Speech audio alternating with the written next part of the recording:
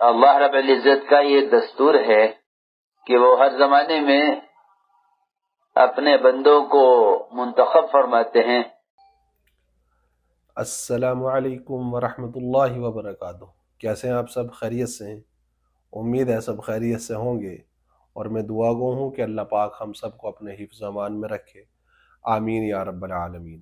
میں محمد شاداب اور آپ کا ہمارے یوٹیوب چینل گلزار زندگی میں سواگت ہے، خیر مقدم ہے۔ آج پھر ہم آپ کے سامنے ایک نئی ویڈیو کے ساتھ میں حاضر ہوئے ہیں۔ یہ ویڈیو بھی آپ کے لیے بہت زیادہ فائدہ مند اور کارآمد ہوگی، بشرطے کہ آپ ویڈیو کو پورا دیکھیں۔ تو آج کی ہماری ویڈیو کا ٹاپک ہے 10 سورہ۔ تو آئیے بلا کسی تاخیر کے اپنی بات کو شروع کرتے ہیں۔ تو الحمدللہ اللہ نے ہم سب کو مسلمان ایمان والا بنایا ہے، الحمدللہ، شکر الحمدللہ۔ آپ بھی کہیے کہ الحمدللہ، اور اس بات کے اوپر ہمیں خوشی ہونی چاہیے، فخر ہونا چاہیے کہ اللہ پاک نے ہمیں مسلمان ایمان والا بنایا ہے۔ تو ہم بات کر رہے تھے 10 سورتوں کے بارے میں، جو کہ ہمارا ٹاپک تھا، جیسے کہ آپ کو بتایا گیا۔ تو 10 سورتیں کیا ہیں؟ دراصل میں عام طور سے ہوتا کیا ہے کہ ہمارے 10 سورتیں یاد کرنے کا ایک رواج سا ہے، ٹھیک ہے؟ اور وہ 10 سورتیں کون سی ہیں؟ 30واں پارہ، اما پارہ، اور اس کے آخر میں علم ترا سے لے کر کے اور قل اعوذ برب الناس تک یہ 10 صورتیں ہیں۔ تو عام طور سے یہ مزاج بنا ہوا ہے کہ 10 صورتیں ایسی یاد کر لو، کافی ہیں۔ تو میرے بھائی، یہ 10 صورتیں یاد کر لینا کافی نہیں ہے۔ کیسے نہیں ہے، اس کے اوپر آگے بات کرتا ہوں۔ تو پہلے بات کی، یہ 10 صورتیں، تو اگر کسی بندے نے قرآن شریف نہیں پڑھا ہے، ٹھیک ہے، اور اس نے محنت کر کے یہ 10 صورتیں یاد کر لیں، ٹھیک ہے، تو اپنی ان 10 صورتوں کے اوپر بھی اکتفا نہیں کرنا۔ جس طریقے سے آپ نے 10 صورتیں یاد کی ہیں، اسی طریقے سے آگے آپ اور بھی یاد کر سکتے ہیں، کیونکہ قرآن آپ کے جتنا زیادہ یاد ہوگا اتنا ہی فائدہ آپ کو دنیا کے اندر بھی ہوگا اور آخرت کے اندر بھی ہوگا، ٹھیک ہے انشاءاللہ۔ تو جب ہم نماز پڑھتے ہیں تو نماز کے اندر کیا پڑھا جاتا ہے؟ قرآن پڑھا جاتا ہے۔ اس لیے میں یہ کہتا ہوں کہ اگر آپ کا قرآن ٹھیک ہوگا تو آپ کی نماز ٹھیک ہوگی، اور آپ کا قرآن غلط ہوگا، یعنی کہ پڑھنے کا انداز غلط ہوگا، تو آپ کی نماز بھی جو ہے وہ غلط ہو جائے گی، اور نماز غلط ہو جائے گی تو پھر دعا کیسے قبول ہوگی؟ ٹھیک ہے، کیونکہ نماز کے صحیح ادا کرنے کے لیے قرآن کا صحیح پڑھنا ضروری ہے۔ جب قرآن آپ صحیح پڑھیں گے تو پھر آپ کی نماز بھی صحیح ہوگی۔ جب نماز صحیح ہوگی تو پھر نماز کے بعد آپ جو دعا مانگیں گے تو اللہ کی ذات سے قوی امید ہے کہ انشاءاللہ اللہ آپ کی دعا بھی قبول کرے گا۔ نہیں تو عام طور سے ہو یہ رہا ہے کہ ہر بندہ وہ یہ کہتا ہوا نظر آتا ہے کہ حضرت ہمارے لیے دعا کر دیجئے گا، آپ میرے لیے دعا کر دیجئے گا۔ بھائی کیا دعا کرنی؟ مجھے یہ دقت ہے، مجھے پریشانی ہے۔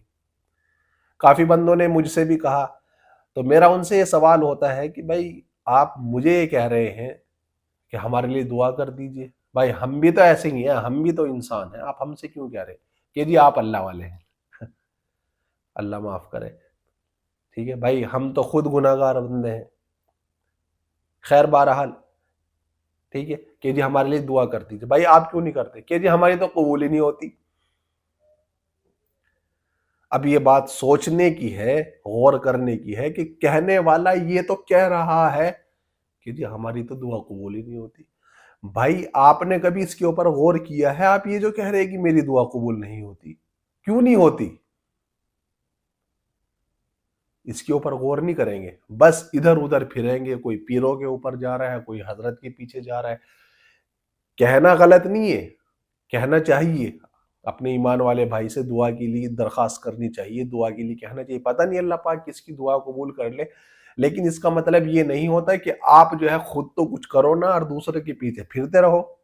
یہ کون سا طریقہ ہوا؟ آپ یہ تو کہہ رہے ہیں میری دعا قبول نہیں ہوتی، آپ یہ کیوں نہیں سوچ رہے کہ آپ کی دعا قبول کیوں نہیں ہو رہی؟ تو بھائی دعا قبول اس لیے نہیں ہو رہی جب ہماری نمازیں ہی ٹھیک نہیں ہے، جب ہمارا قرآن ہی ٹھیک نہیں ہے تو دعا کیسے قبول ہو جائے گی؟ اللہ کی شان کریم، اللہ رحیم ہے، اللہ کریم ہے، ٹھیک ہے، اللہ سب دیکھ رہا ہے، اللہ سب جانتا ہے۔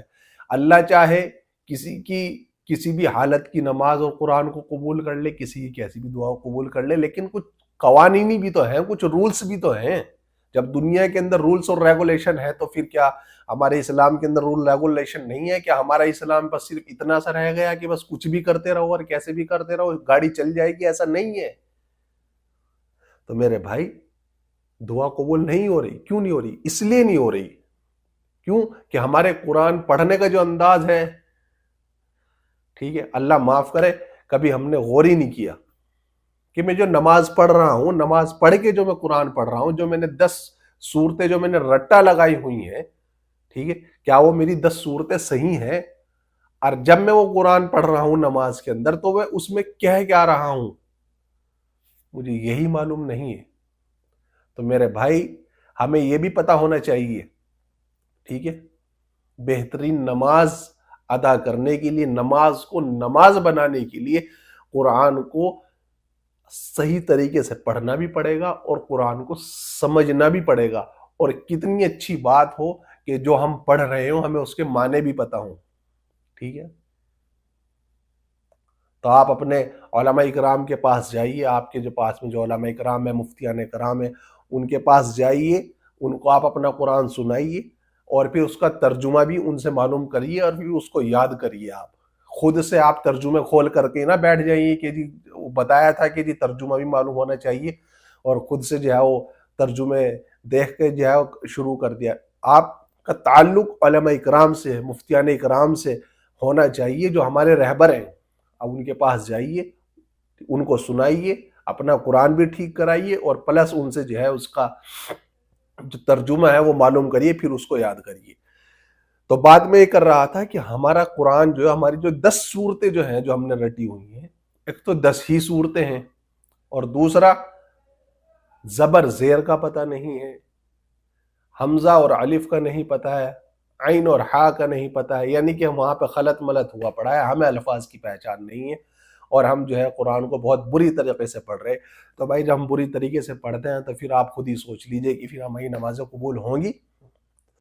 تو اس لیے میرے بھائی جس بندے کے صرف 10 صورتیں یاد ہیں، ان سے درخواست اور گزارش یہ ہے کہ وہ اپنی ان 10 صورتوں کو پہلے صحیح کرے، زبر زیر کے ساتھ میں، الفاظ کی ادائیگی کے ساتھ میں، ٹھیک ہے، انشاءاللہ وہ اپنی ان 10 صورتوں کو یاد کر لے پہلے صحیح سے۔